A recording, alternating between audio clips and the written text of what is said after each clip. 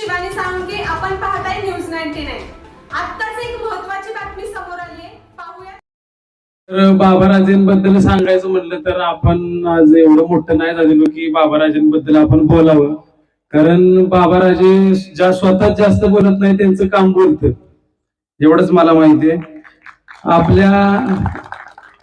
आपल्या वॉर्डातली कायापलट ही बाबाराजेंमुळे झालेली। रस्ते असतील, नाले असतील, महिलांचे प्रश्न असतील, हे सगळे बाबाराजे प्रत्येक गोष्टीला आपल्या पाठीशी ठामपणे उभे असतात, कुठल्याही गोष्टीला नाही म्हणत नाहीत आपल्याला। आणि जसे छत्रपती शिवाजी महाराज सगळ्या जाती धर्मातल्या लोकांना एकत्र घेऊन पुढे गेले, स्वराज्याची स्थापना केली, तसेच बाबाराजे सुद्धा सर्व जाती धर्माच्या लोकांना एकत्र घेतात। त्यांच्या इथं कुठल्याही जाती धर्माला थरा नाही, सगळ्यांना घेऊन एकत्र चालतात। ही त्यांची क्वालिटी मला तर खूप आवडते। आणि जी निष्ठा म्हणायची म्हणली दादांची बाबाराजेंबद्दल, ही आम्ही लहानपणापासून बघत आलोय आणि आम्ही तेच शिकलोय। त्यामुळे बाबाराजांनी एकच सांगायचंय की तुमच्याबद्दलची निष्ठा ही कायम मरेपर्यंत आमची असणार, आणि येत्या निवडणुकीत तुम्हाला जास्त संख्येने निवडून आणण्याची जबाबदारी ही आम्ही पार पाडतोय। बाकी एवढंच बोलतो, आता जास्त बोलत नाही। त्यामुळे तुमच्या सगळ्यांचा आभारी आहे।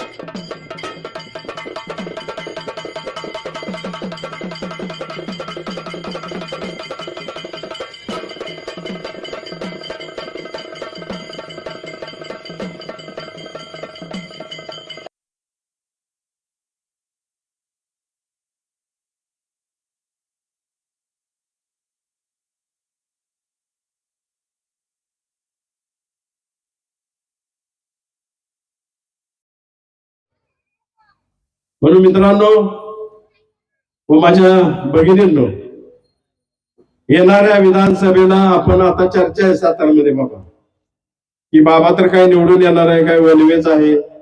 पण वनवे आपल्याला आहे तो भाग वेगळा, पण आपल्याला आपण जसं नगरपालिकेला जसं आपल्या स्वतःसाठी काम करतो तसं आपल्याला केलं पाहिजे। हे का करायचं आपल्याला, तर आपल्या मताधिक्य आपल्या नेत्यांचं वाढलं पाहिजे।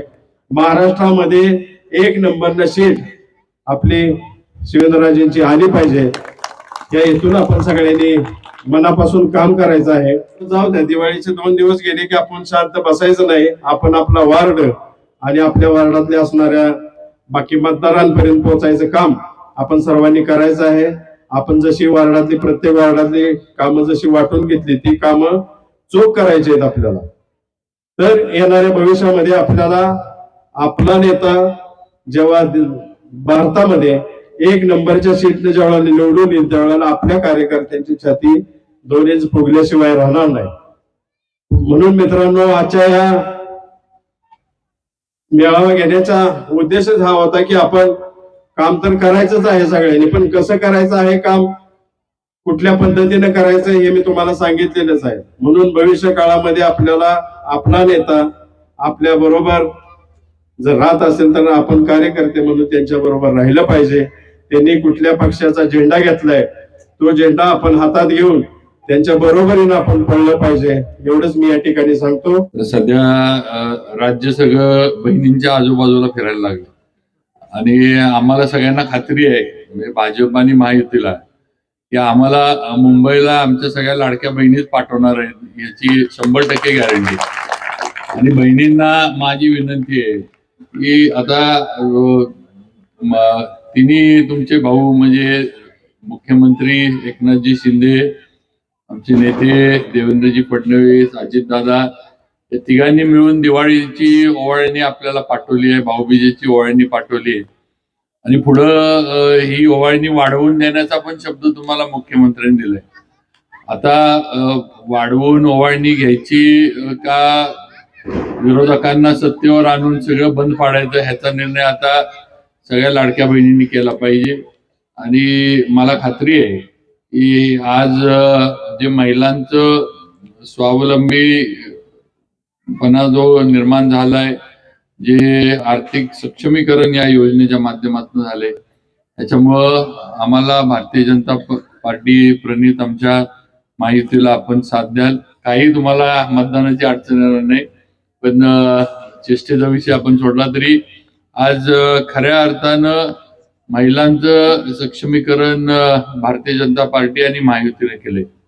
त्याचा उल्लेख मगाशी दीपिकाताईंनी केला की 1500 रुपये ही तशी काय फार मोठी रक्कम नाही, पण देण्याचं निर्णय सरकारनं घेतला, भाजपनं घेतला, महायुतीने घेतला, हे महत्वाचं आहे. आज देशामध्ये प्रत्येक राज्यामध्ये सरकार आहेत. आज काँग्रेसची सरकार आपल्याला लागून असणाऱ्या कर्नाटक राज्यात आहे. 1 रुपया कोणाला देत नाहीत. 1 रुपयाची योजना महिलांसाठी नाही. आज महाराष्ट्र, मध्य प्रदेश या 2 राज्यांमध्ये जिथं भाजप सत्तेत आहे त्या ठिकाणीच ही लाडकी बहीण योजना प्रभावीपणे राबवली जाते, हे लक्षात ठेवा. आणि म्हणून रक्कम मोठी का छोटी ह्याच्यापेक्षा सरकार काहीतरी तुमचा विचार करतंय. सत्तेमध्ये असणारे, मुंबईमध्ये बसणारे मुख्यमंत्री, दोन्ही उपमुख्यमंत्री तुमच्यावर लक्ष ठेवून आहेत, ह्याचं जाणीव आपण ठेवली पाहिजे. आणि तुमच्यासाठी ही योजना राबवली.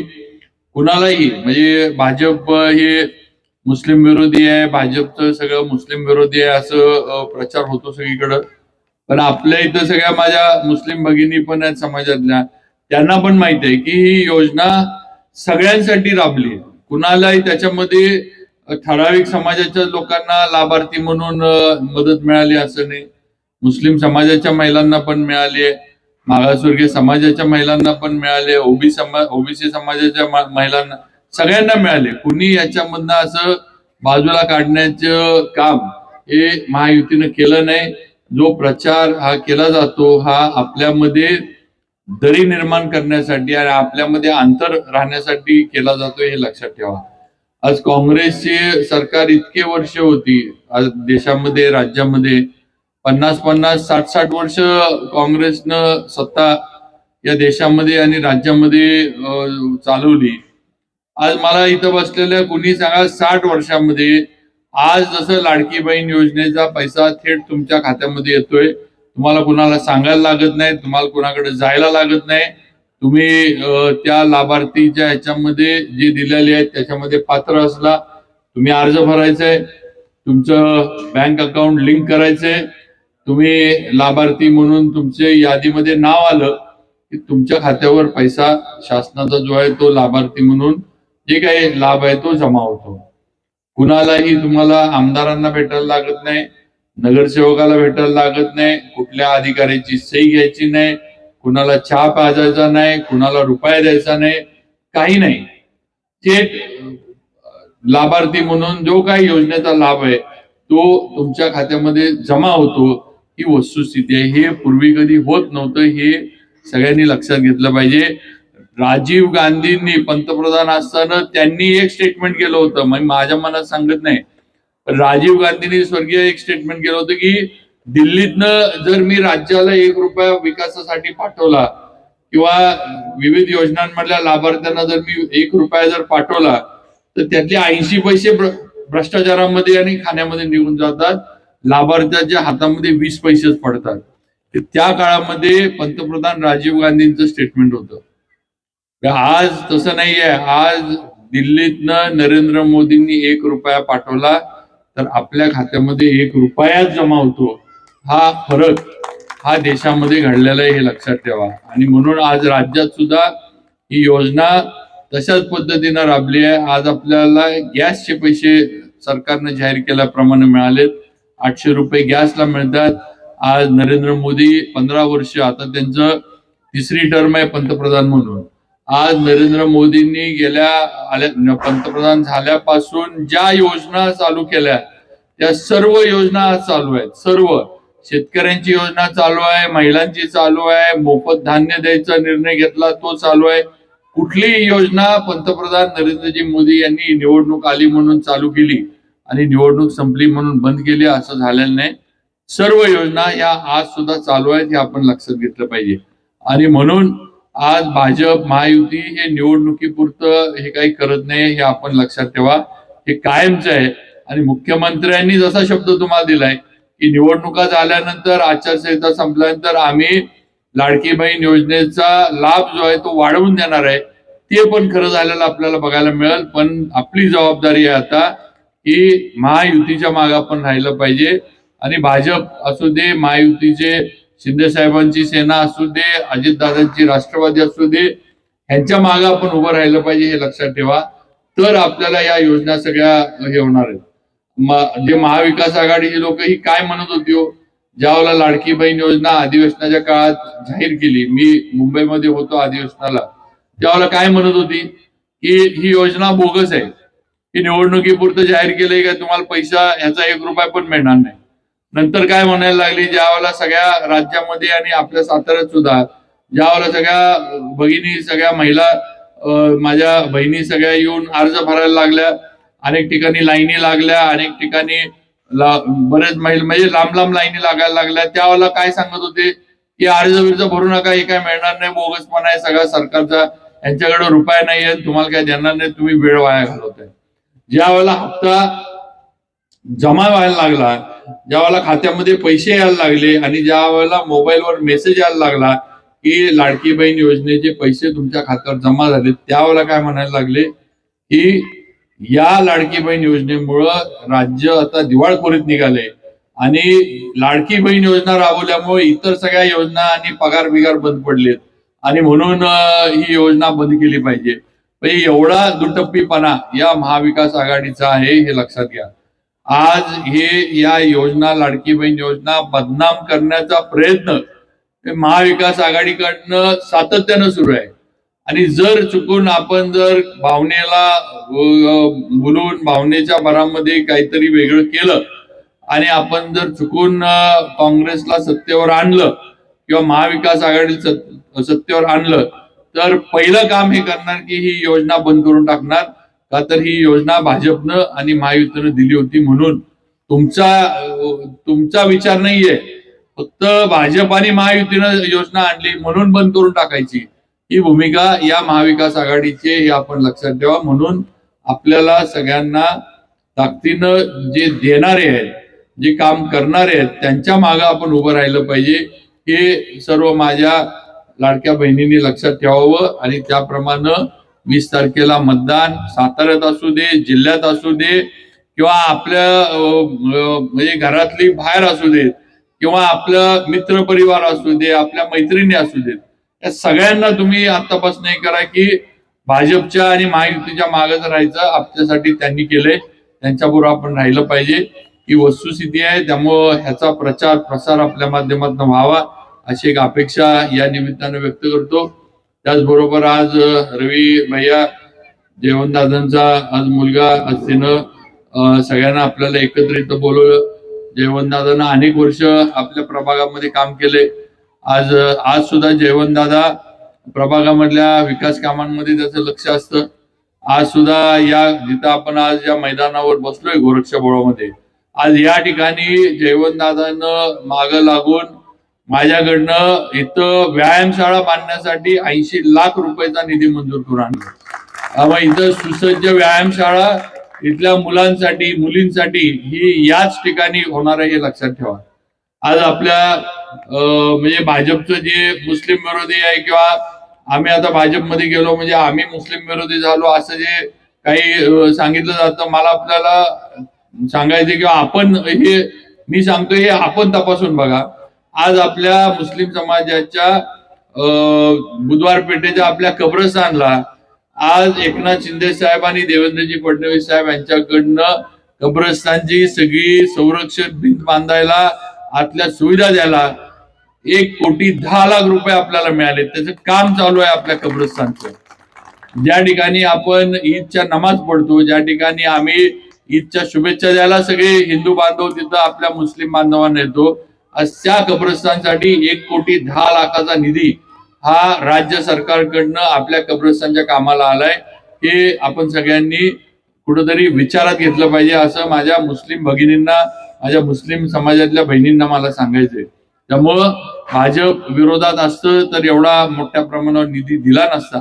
आज इथं झालं आज कुडाळमधलं कब्रस्तान आपण बांधून दिलं. आज मेढ्यामधल्या कब्रस्तानला आपण तसंच निधी 30-40 लाखाचा दिला. आज परळी असेल, आज सोनवडी गजोडी असेल, आपलं करंजे असेल, ही छोटी छोटी गाव आहेत. या सर्व ठिकाणी असणाऱ्या मुस्लिम समाजाच्या कब्रस्तानला 20 लाख, 30 लाख, 40 लाख, 50 लाखाचा त्या याच्याप्रमाणे निधी टाकून आज सगळ्यांची या सर्व गावातली कब्रस्तान आपण हे करून दिलीत. कारण त्या ठिकाणी अतिक्रमण होतात, आपल्याला दफन करण्यासाठी जागा राहत नाही, मग नंतर वादाचे विषय होतात, सामाजिक सलोखा बिघडतो. या सगळ्या गोष्टी आपण विचार केला पाहिजे. जर भाजप विरोधातच असतं तर एवढा निधी कोट्यावधीचा सातारा तालुक्यामध्ये आणि सातारा शहरामध्ये भारतीय जनता पार्टीनं दिला नसता. हे माझ्या मुस्लिम बंधू भगिनींनी लक्षात ठेवलं पाहिजे असं मला वाटतं. आणि म्हणून माझी एकच विनंती आहे की काम करणाऱ्याच्या मागे राहावं. आज कुणी येतंय काय, आता सध्या आपण आता बघतोय, आता विरोधातले जे उमेदवार कोण कोण आहेत हे कधी आपल्या सातारमध्ये आले तुम्ही सांगा. कधी यांचं एखादं कुठल्या प्रभागात किंवा जे आज उमेदवार आहेत दादा गोरक्ष बोळामध्ये तरी ते आलेत का कधी? तुम्ही सांगा, कधी गोरक्ष बोळामध्ये तरी ते उमेदवार जे विरोधात आहेत ते इथं आलेत का तुम्हाला भेटायला किंवा गोरक्ष बोळ कुठं आहे बघायला, काय करायला? कधी नाही. निवडणूक लागली की पेपरबाजी, फ्लेक्सबाजी, बॅनरबाजी करायची आणि मला आमदार करा, आता आम्हाला सत्ता द्या, एवढंही करायचं. 5 वर्ष काम शून्य, 5 वर्ष कर्तृत्व काय नाही. रुपयाचं काम सातारा शहरामध्ये टाकलेलं नाही. रुपयाचं काम अख्ख्या सातारा जावळी मतदारसंघात त्यांनी केलेलं नाही. यांना 2 वर्ष संधी होती. उद्धव ठाकरे साहेब ज्यावेळेला मुख्यमंत्री झाले त्यावेळेला 2 ते 2.5 वर्ष उद्धव ठाकरेंचं अजितदादांच्या म्हणजे राष्ट्रवादीची आधी जी पूर्ण होती आणि काँग्रेसची सत्ता होती त्यावेळेला आजचे हे उमेदवार हे राष्ट्रवादीत होते. आज जे उद्धव ठाकरेंच्या याच्यावर जे समोर उमेदवार आहेत हे राष्ट्रवादीत होते. 2, 2.5, 3 वर्षामध्ये रुपयाचं काम आणलेलं नाही. रुपयाचं काम आणलेलं नाही. मी तुम्हाला चॅलेंज देतो, मग तुम्ही मला यांनी आणलेलं 5 वर्षातलं एक काम दाखवा, मी सांगाल ती पैज हारायला तयार. रुपयाचं काम सातारसाठी आणलेलं नाही, हे आपण सगळ्यांनी लक्षात घेतलं पाहिजे. आणि म्हणून माझी आपल्याला विनंती आहे की असल्या लोकांच्या मागं जाणार नाही तुम्ही, पण हे उद्या आपल्या पुढे येणार, काहीतरी सांगायचा प्रयत्न करणार, भाजप बद्दल काहीतरी किंवा मन कलुषित करण्याचा प्रयत्न करणार, ज्याला आपण बुद्धिभेद म्हणतो तो करण्याचा प्रयत्न करणार. पण ह्यांची खरी चाल जी आहे ती आपण ओळखली पाहिजे. हे फक्त सत्तेसाठी इथं आहेत, ह्यांना फक्त पद पाहिजे. तुमच्याशी, सातारशी, आपल्या शहराशी ह्यांचं काही देणं घेणं नाही. ह्यांनी काही केलेलं नाही. ह्यांची ती काम करण्याची मानसिकता नाही आणि इच्छाशक्ती नाही आणि ह्यांच्यामध्ये तेवढी कुवत नाही. ह्या गोष्टी आपण लक्षात ठेवा. हे मी आपल्याला अगदी ठामपणे या ठिकाणी सांगू इच्छितो. त्यामुळं माझी आपल्याला विनंती आहे की आज भारतीय जनता पार्टी महायुतीचा उमेदवार म्हणून मी निवडणूक लढवतोय. माझं चिन्ह कमळ आहे आणि कमळाच्या समोरचं बटन दाबून आपण शहराच्या, तालुक्याच्या आणि आपल्या जावळीच्या प्रगतीसाठी आपण मला मोठ्या मताधिक्याने निवडून द्यावं. मुलांच्या बाबतीत, तरुणांचं आपल्याला माहित आहे, मी नेहमी माझ्या तरुण सहकाऱ्यांच्या मागे असतो. कुठलाही विषय येऊ दे, कुठलीही मदत लागू दे, मी कधीही मागं पुढे बघत नाही. ही वस्तुस्थिती आहे. जे माझ्याकडे येतील, मी रोज ऑफिसला असतो. 5 वर्ष मी माझ्या मतदारसंघात असतो, मी कुठं जात नाही, इथंच असतो. ऑफिसला रोज सकाळी असतो. जे कोणी माझ्याकडे सकाळी येईल, मग माझ्या भगिनी येऊ देत, माझे तरुण मित्र येऊ देत, वडीलधारे येऊ देत, कुणी येईल त्याच्यासाठी जे काम असेल त्याला फोन लावून पाहिजे तर फोन उचलायचा, पत्र पाहिजे असेल तर पत्र द्यायचं. ही कामाची पद्धत मी ठेवली आहे. कधी माझ्याकडं कुणी आले आणि त्यांच्यासाठी मी फोन केला नाही.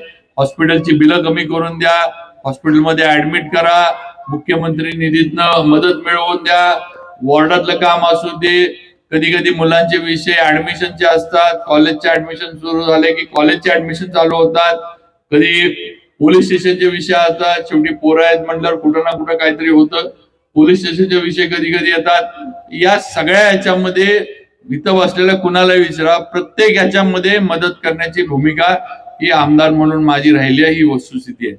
मागं आपल्या शहरामध्ये असंच थोडं आपला जो सामाजिक सलोखा आहे हिंदू मुस्लिम हे बिघडण्याची वेळ आली होती. कुशेशावळीची घटना झाली. त्यावेळेला वातावरण आपल्या इथं पण तंग झालं होतं. खरं म्हणजे मी जर भाजपचा आणि भाजप जर मुस्लिम विरोधी आहे असं जर असतं तर मी त्यावेळेला या विषयात लक्षच घातलं नसतं. बाबा शेठ इथं आहेत, शकील शेठ आहेत, अमीन शेठ आहेत, ही प्रमुख मंडळी आहेत समाजाची, यांना माहित आहे. मी स्वतः कलेक्टरना जाऊन सांगितलं की साहेब हे असं असं आहे, इथं वातावरण बिघडलं, तुम्ही बैठक लावा, सगळ्यांना इथं बोलवा म्हणलं, एसपी साहेबांना बोलवा, सगळ्या याची बोलवा, आपण इथं मिटिंग घेऊ. पण म्हणलं हे साताऱ्यामध्ये चालणार नाही. सातारा शांतता प्रिय आहे, शांतच राहायला पाहिजे.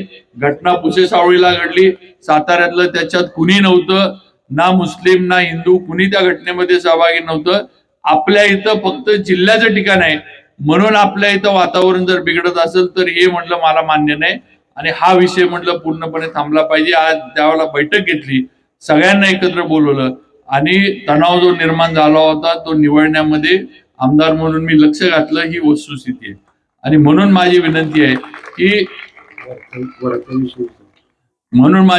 आहे की विकास कामं आपण जे म्हणतो, रस्ते वगैरे हे झालं पाहिजे, पाणी आलं पाहिजे, आपल्या इथं दवाखाने झाले पाहिजेत वगैरे, हे सगळं झालं पाहिजे. पण आजचा रस्ता उद्या होईल, आजची पाण्याची पाईपलाईन उद्या टाकली जाईल, आजचं समाज मंदिर उद्या बांधलं जाईल. पण जर शहरामध्ये आणि तालुक्यामध्ये जातीय सलोखा बिघडला, रोज उठून जर जातीवाद सुरू झाला, रोज उठून जर जातीय मारामाऱ्या सुरू झाल्या, तर तुम्ही म्हणजे आनंदामध्ये राहू शकता का? हिंदू मुस्लिम याचा विचार करा. फार चांगला रस्ता असेल तुमचा, अगदी कॉन्क्रीटचा, पण जर तुम्हाला फिरायलाच भीती वाटत असेल त्याच्यावरनं, तर काय त्या रस्त्याला घेऊन करायचंय? तुम्हाला जर तिथं संध्याकाळी जर आपल्या घरातल्या महिला ज्या आहेत ह्या जर बाहेरच पडू शकत नसल्या तर काय त्या पाणी अगदी म्हणजे किती पण फोर्स न आलं काय आलं, काय त्या पाण्याला काय त्या रस्त्याला काय त्या बागेला उपयोग आहे याचा विचार करा. मग पहिलं आपल्या शहराची शांतता टिकवण्याचं काम आपण केलं पाहिजे. आपल्या शहरामध्ये आपण सगळे हिंदू मुस्लिम मागासवर्गीय सगळे आपण गुण्या गोविंदांना नांदतो, आपण आपले सगळ्यांचे सण साजरे करतो, सगळ्या चांगल्या वाईट प्रसंगामध्ये आपण एकामेकांबरोबर असतो. महाराष्ट्रात काही झालं, देशात काही झालं तरी साताऱ्यामध्ये कधीही अप्रिय घटना घडलेली नाही, ही वस्तुस्थिती आहे. कारण इथं राजकीय नेतृत्व ज्यांनी केली त्यांनी कधीही असल्या गोष्टीला थारा दिला नाही, हे लक्षात घ्या. पूर्वी प्रतापसिंह महाराज होते, नंतर भाऊसाहेब महाराज होते, किंवा आता मी आणि उदयनराजे, कधीही जातीय जे काही भांडणं असतील असल्या गोष्टीला कधी आम्ही राजकीय प्रोटेक्शन दिलं नाही. जे चुकीचं आहे त्याला चुकीचंच म्हटलं आणि ते त्यावेळेला थांबलं पाहिजे, ही भूमिका आम्ही घेतली, ही वस्तुस्थिती आहे, हे लक्षात ठेवा. परवाचं पण प्रकरण जे माचीचं झालं त्यावेळेला पण मी सांगितलं की कुणीही अफवांवर विश्वास ठेवू नका. पोलीस आणि प्रशासन आणि सगळे ATS वाले सगळे तपास करतात, जे असेल ते ATS आणि पोलिसांच्या माध्यमातून पुढे येईल. पण कुठं काय व्हॉट्सअप आणि ह्या मेसेजवर जाऊन कुठं काही हे करू नका, ही स्पष्ट भूमिका मी त्यावेळेला मांडली. त्यामुळं शेवटी ह्याचा विचार करा की आपल्या शहराची शांतता आणि आपलं शहर हे शांत राहिलं पाहिजे. व्यापाऱ्यांना व्यापार करता आला पाहिजे, मुला मुलींना शिकायला कॉलेजला कुठली भीती मनात न ठेवता जाता आलं पाहिजे. आणि आपल्या घरातल्या महिलांना रात्री अपरात्री कधीही त्यांना वाटलं किंवा आम्हाला बाहेर जायचंय तर त्यांनी कुठलीही मनामध्ये भीती न ठेवता आपल्या घरातल्या महिलांनी बाहेर गेलं पाहिजे. ही भूमिका माझी आमदार म्हणून आहे आणि ही कायम राहणार. भले माझ्याकडनं एखादं काम कमी होईल, एखादा रस्ता कमी होईल, एखाद्या वेळेस पाणी पण कुठल्या तर वॉर्डाला एखाद्या वेळेस कमी येईल, काही होईल, पण सामाजिक बांधिलकी आणि सामाजिक सलोख्याच्या बाबतीत कधीही तडजोड ही माझ्याकडनं होणार नाही, हे आपण लक्षात ठेवा. आणि म्हणून माझी आपल्याला विनंती आहे की येणाऱ्या याच्यामध्ये सगळ्या गोष्टींचा विचार करून आपण मतदान करा. आज भारतीय जनता पार्टी, आज देवेंद्रजी फडणवीस आमचे नेते आहेत, मी 5 वर्ष त्यांच्याबरोबर काम केलंय. एक तर तसं पहिलं माझ्यापेक्षा ते वयानं 2-3 वर्षानं लहान आहेत. लहान जरी असले तरी महाराष्ट्र मधलं एक सर्व महाराष्ट्राची जाण असणारं ते नेतृत्व आहे. पूर्वी आपण बघायचो वसंतदादा पाटील, यशवंतराव चव्हाण साहेब, तुमचे विलासराव देशमुख, असे मोठे मोठे नेते होते काँग्रेसमध्ये, ज्यांना संपूर्ण महाराष्ट्राची जाण होती. सातारला जरी आले तरी आपल्याला वाटायचं वसंतदादा आपलेच आहेत. ते नागपूरला गेले तरी तिथं वाटायचं आपलेच आहेत. किंवा विलासराव देशमुख मुख्यमंत्री झाले, विलासराव देशमुख कुठं जरी गेले, कोकणात जरी गेले तरी कोकणातल्या लोकांना वाटायचं की आपलाच माणूस आहे. पण आता अशी नेतृत्व राहिली नाहीत. मी बोलतोय ह्याचा तुम्ही विचार करा. अशी नेतृत्व महाराष्ट्रात राहिली नाहीत. आज उद्धव ठाकरे साहेबांच्या सेनेचं उद्धव ठाकरे साहेब मुंबई आणि कोकण पुरते तसे मर्यादित आहेत. आपल्याकडं त्यांच्या मनावर तसा प्रभाव पडत नाही, ही वस्तुस्थिती आहे. आज काँग्रेसचे नेते, काँग्रेस मध्ये नाना पटोले आहेत, आपले बाळासाहेब थोरात आहेत. बाळासाहेब थोरात नगरपुरते मर्यादित आहेत, नाना पटोले नागपूरपुरते मर्यादित आहेत. आपल्याकडे त्यांचं काही प्रभाव पडत नाही, ही वस्तुस्थिती आहे. पण आज देवेंद्र फडणवीसांचं नेतृत्व असं आहे जे संपूर्ण महाराष्ट्राला वाटतं की हा माणूस आपल्यासाठी काहीतरी करू शकतो, या माणसानं आपल्यासाठी काहीतरी केलंय, ही जाणीव त्यांना बघितल्यानंतर होती.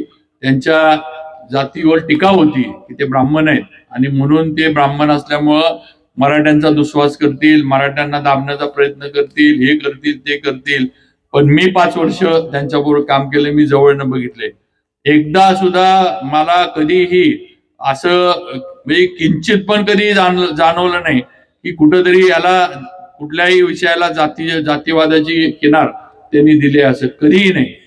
या सातारा जावळी आणि सातारा शहराच्या विकासामध्ये हे पूर्णपणे सहकार्य करण्याची भूमिका देवेंद्रजींनी घेतली, हे आपण लक्षात ठेवा. त्यामुळे हे अतिशय प्रभावी असणारं आपलं नेतृत्व आहे. त्यांच्या मागे उभा राहणं ही आपली काळाची गरज आहे.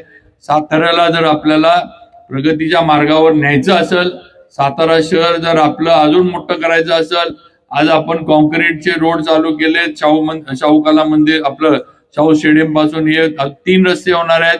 52 कोटी रुपये आपल्याला देवेंद्र फडणवीसांनी पहिल्या टप्प्यात दिले. किती? 52 कोटी रुपये. आज तुम्ही शाहू स्टेडियमच्या इथं जावा, जो रस्ता जो काम चालू आहे रस्त्याचं, तो रस्ता बघून या. माझं खोटं वाटत असलं तर त्या रस्त्याचं ज्या पद्धतीनं तो रस्ता बनवायचं चाललंय, हा रस्ता माझं तुम्हाला अशी आहे की पुढचे 20-25 वर्ष हा रस्ता, त्या रस्त्याला काय होणार नाही.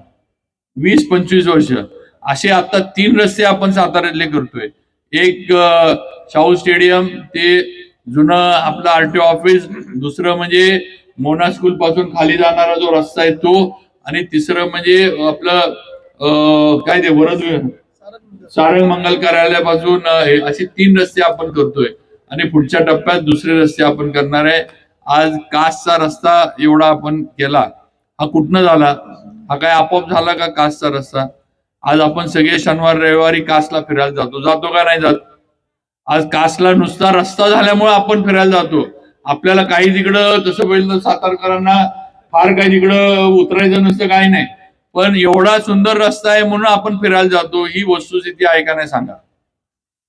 हा रस्ता कुठनं झाला? हा रस्ता भारतीय जनता पार्टीनं जो निधी दिला, म्हणजे कोट्यावधीचा निधी या रस्त्यासाठी दिला. का तर कासला येणाऱ्या पर्यटकांचा फायदा सातारला झाला पाहिजे, पर्यटक वाढले पाहिजेत, त्यासाठी या रस्त्याला एवढा निधी दिला. हा रस्ता आपण पूर्ण करून घेतला, हे आपण सगळ्यांनी सातारकर म्हणून लक्षात ठेवलं पाहिजे. या एक विषय आहेत, असे सांगण्यासारखे भरपूर विषय आहेत. आज हद्दवाढ झाली. आज सातारची हद्दवाढ, नगरपालिका आपली छोटी आहे, आज हद्दवाढ झाली. आज विलासपूर, शाहूनगर, पीरवाडी, शाहूपुरी हा सगळा भाग हद्दवाढीत आला. अनेक वर्ष जे हद्दवाढीचे होतं, हद्दवाढ झाली. ही हद्दवाढ पण कधी झाली? मी मगाशी जे म्हटलं ना, आत्ताचे जे विरोधक आहेत, जे समोरचे आहेत, त्यांचं सरकार असताना आणि त्यांचे मंत्री सत्तेत असताना मी पाठपुरावा करून हद्दवाढ करून घेतली.